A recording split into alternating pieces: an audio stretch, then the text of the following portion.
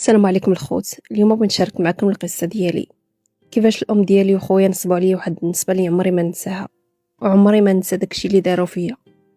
كاينه غير انا عند والديا وخويا الصغير، ما فوتاش انا وياه بزاف، تقريبا شي 3 سنين ولا 4 سنين.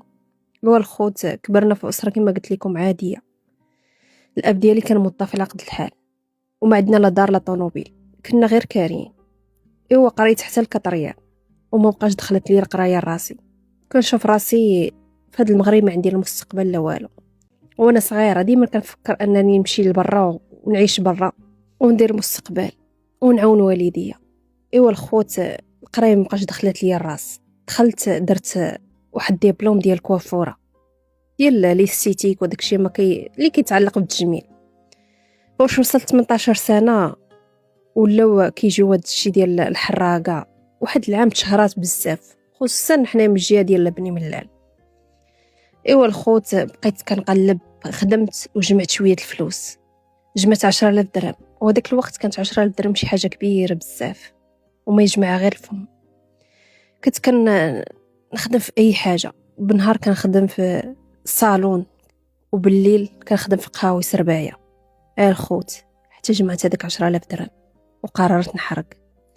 درت مع الناس اللي كيحرقوا، وحرقت انا البنت الوحيده وسط تقريبا 50 واحد ما بين الولاد. هذيك الساعه كانوا البنات ما كيحرقوش، كانوا كيحرقوا غير الولاد. وجات بني ملال خريبكا في قاي بن صالح. كنا معروفين ان الناس ما تيحرقوا بزاف. كل عام اللي كيحرق كيجي بطونوبيل اخر ما كاين، كيجي لاباس عليك، كيصوفي عائلته. كنشوف دراري تبارك الله مشاو غير 5 سنين داروا الديور صافي. هادشي حرك فيا داكشي الداخل ديالي وعطاني واحد الحماس وتشجعت وحركت. واخا دازت علينا ظروف خايبه بزاف وخسر لينا هذاك الباطو وسط البحر، غير ربي جا من جهتنا. ومشيت لطاليان. ما نقولش لكم في الاول لقيتها سهله، تكرفس بزاف، نعت في الزنقه، كليت من الطارود الزبل. واحد العام داز عليا كحل، بقيت كنقلب حتى تعرفت على واحد السيده مغربيه هي اللي عاوناتني. قلت لها شوفي انا عندي ديبلوم ديال الحلاقه.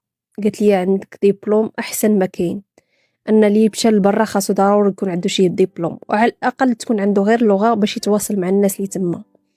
هذاك الساعه ما عندي لا لغه لا والو، فراس مالي غير هذاك الديبلوم. صافي قالت لي انا نحاول نخدمك.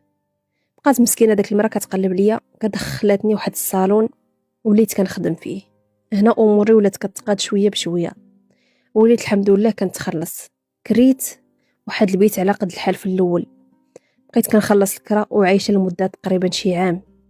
كنشد شويه كنخلص بيه الكرا وكنعيش به، والشي الاخر كنصيفطو للوالده ديالي. كنقول لها شوفي هاد الفلوس راه ضربت فيهم تماره، جمعيهم ليا ودفعي لي في شي بارطما.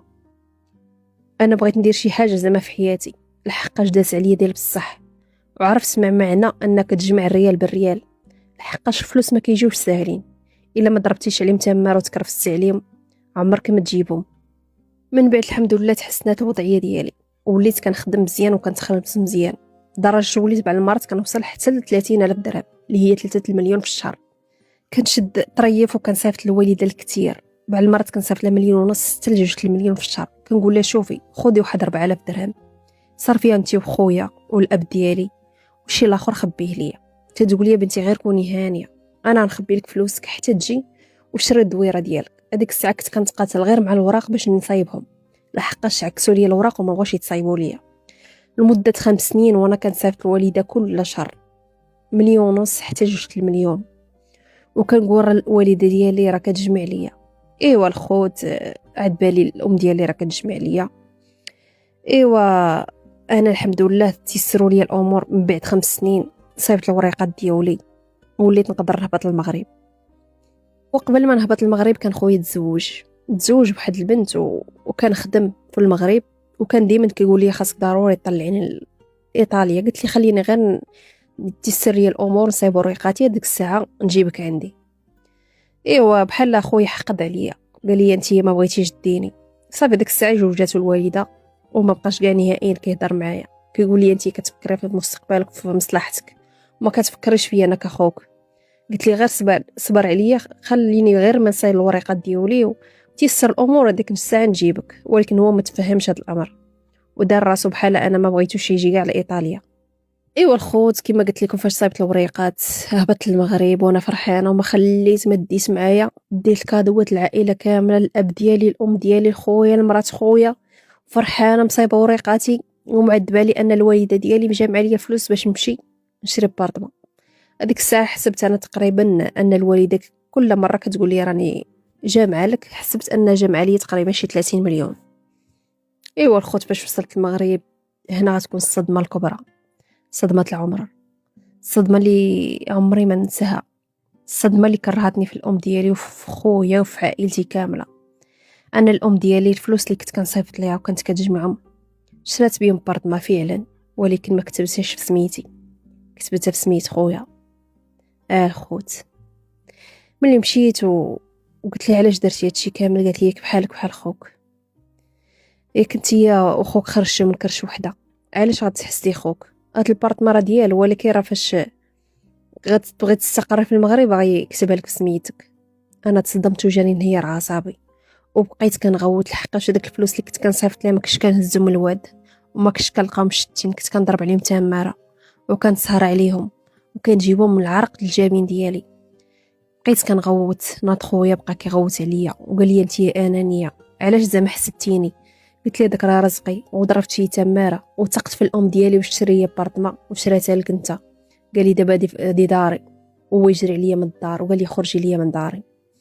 صافي يا خوتي هذيك الساعه جمعت حوايجي ورجعت وما بقيتش عقلت على لا امي لا خويا، واخا الاب ديالي مسكين عزيز عليا وما دار لي حتى شي حاجه حتى هو تقدم في الطريق ديالهم. ما بقيت نهضر مع حتى شي واحد لمده تقريبا شي 4 سنين، ما كنهضر مع حتى شي واحد لحقاش هذيك الحرقه اللي في قلبي ما بغاش كاع نهائيا تبرى. ما بقيتش كنهضر مع الام ديالي، واليوم بغيت نعاود لكم قصتي باش تاخذوا منها العبره. مؤخرا سمعت ان الام ديالي مريضه بزاف وما بغيتش نهائيا نعيط عليها ولا نسول فيها، وسمعتها بلا جا حد المرض اللي هو خايب، لحقاش كاع داك الحب اللي كنت كنبغيها رجع ليا كره وكرهتها من كل قلبي، لحقاش طعناتني بظهري وغدراتني. ايوا خوتي هذه قصتي، اللي سمع قصتي يعطيني شي نصيحه واش نبرك على نفسي ونعيط ليها ونسول فيها، واخا انا داكشي اللي الداخل ديالي كيقول لي لا ما تسوليش فيها لحقاش غدراتك وطعناتك في ظهرك. شكرا لكم مسبقا وخليتكم على خير.